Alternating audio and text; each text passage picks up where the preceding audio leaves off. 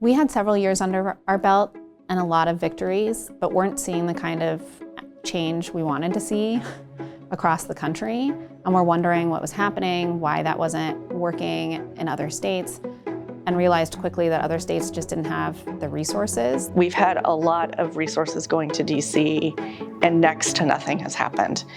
Meanwhile, work that could be being done at the state level is not being done as effectively as it could be, which means more people are dying. It's a frustration, I think, for a lot of people working at the state-based level, that we could be accomplishing so much more with just a little more investment, but also investment in really building out movements at the state level. Guns are the #1 cause of death for children. It's to the point where students are surviving multiple school shootings. Michigan hadn't passed any gun laws in 40 years because the NRA and the gun lobby had a stranglehold on our politics. Politicians were afraid of the gun lobby, but they weren't afraid of the families whose children were being stolen.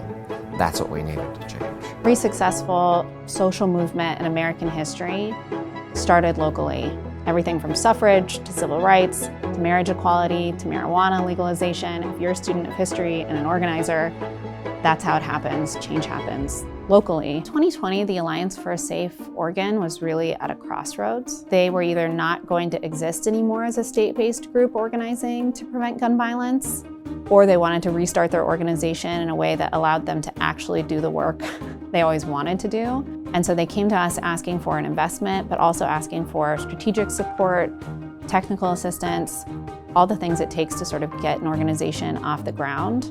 With Alliance for Gun Responsibility, they've set the bar really high. They've been outstanding partners.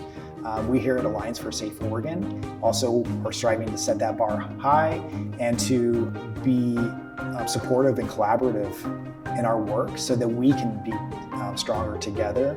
Focusing on what's happening more locally, I feel like is more important because it's active. When you do local work, you see instant gratification, you see instant results. Those instant results look like peace in communities. Like beautiful experience for the relationship to not be like one directional, but we learn so much from our state partners about how they do the work.